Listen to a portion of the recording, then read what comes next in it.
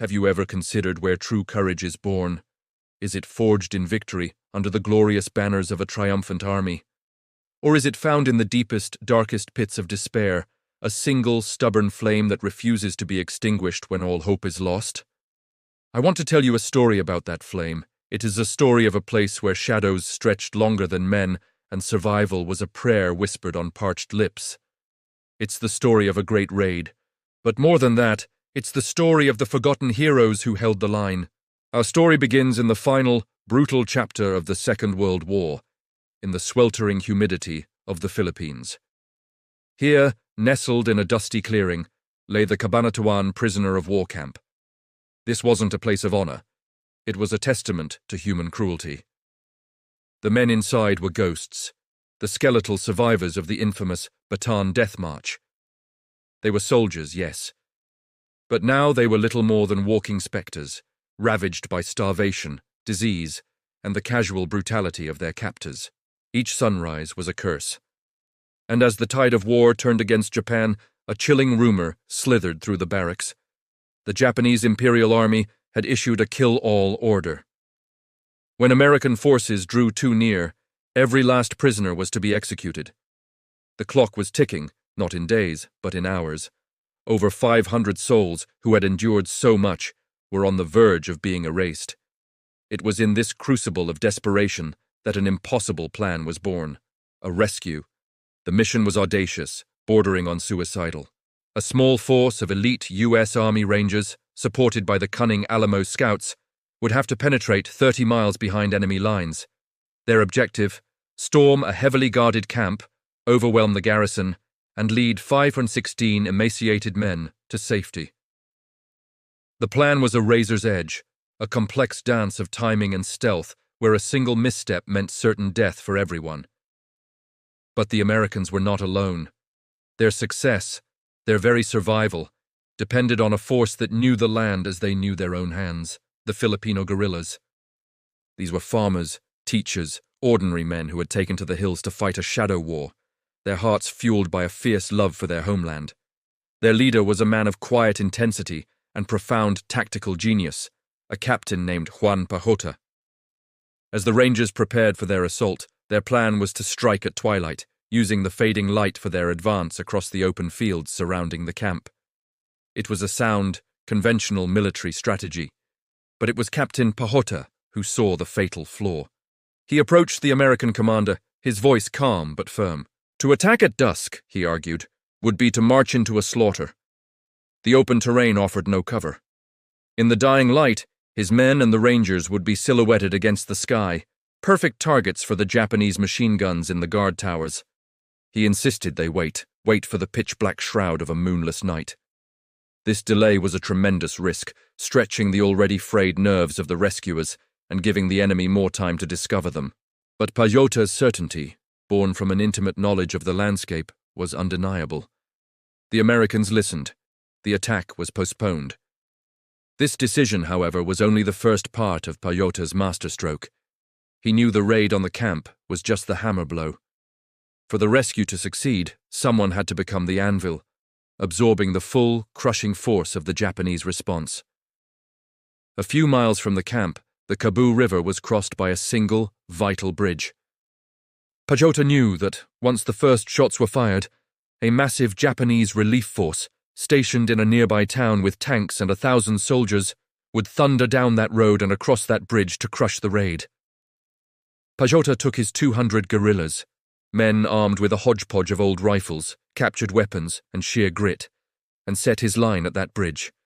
His mission was simple and stark: hold it at all costs.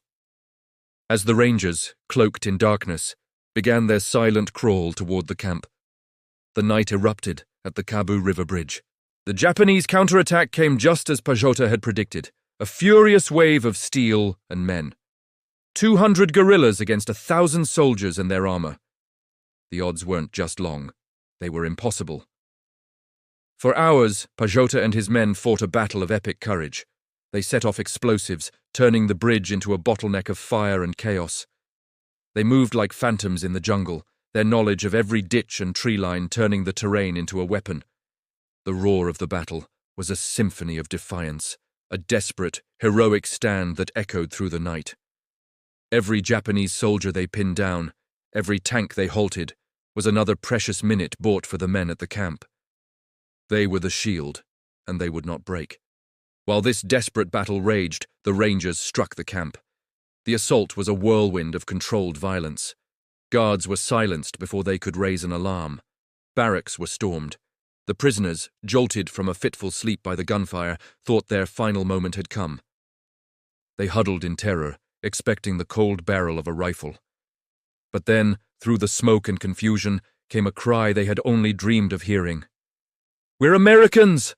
We're here to take you home!" The shock was electric, a tidal wave of disbelief followed by overwhelming joy. The Rangers moved with incredible speed, securing the compound and guiding the dazed prisoners out into the darkness. The journey back was an ordeal in itself. These were not soldiers ready to march. They were fragile men, many too weak to even stand. Their legs buckled. Their breath came in ragged gasps. The Ranger motto is, "Leave no man behind," and that night they lived it. They carried their countrymen on their backs, half dragging them through the rough terrain, their own exhaustion forgotten. But even their strength had its limits, and then another miracle unfolded. As if summoned from the earth itself, Filipino villagers emerged from the darkness. They came with wooden ox carts, their sturdy carabaos ready to bear the weight of the frailest survivors. These civilians, at immense risk to their own lives, had answered the call. They formed a slow, steady convoy of compassion, ferrying the liberated men toward safety, their simple carts becoming chariots of freedom. The operation was a staggering success. All 516 prisoners were rescued. At the Cabu River Bridge, Captain Pajota's guerrillas had held off a force 5 times their size, inflicting devastating casualties and preventing a single Japanese soldier from reaching the camp. The Great Raid, as it came to be known, was hailed as one of the most brilliant and daring rescue missions in military history. It was a beacon of hope in the war's grim twilight. In the years that followed, medals were awarded and parades were held. The American Rangers and Scouts were rightly celebrated as heroes, their bravery immortalized. But history is not always just. For Captain Juan Pajota and his courageous Filipino guerrillas, the recognition was slow to come, if it came at all. Their names were often footnotes in the grand narrative. Their pivotal role at the bridge, the action that made the entire rescue possible, largely overlooked. Their reward was not a medal, but the quiet, profound knowledge of the 516 lives they had saved. For the survivors, the scars of Cabanatuan, both physical and psychological, would last a lifetime. But they carried something else with them. Their testimony, in the war crimes trials that followed, their voices, once silenced by captivity, rose to condemn the atrocities they had witnessed, ensuring that the darkness they endured would be brought into the light of justice. This story is more than a chronicle of a battle. It is a testament to the indomitable power of the human spirit. It reminds us that heroes are not always the ones in the spotlight. Sometimes they are the ones holding a forgotten bridge in the dead of night, their courage a silent, unyielding shield for others.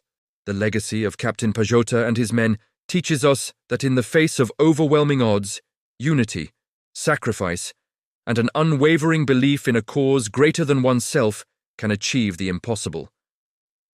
It is the story of a single flame that not only refused to be extinguished, but burned bright enough to guide 516 souls out of the darkness and back into the light.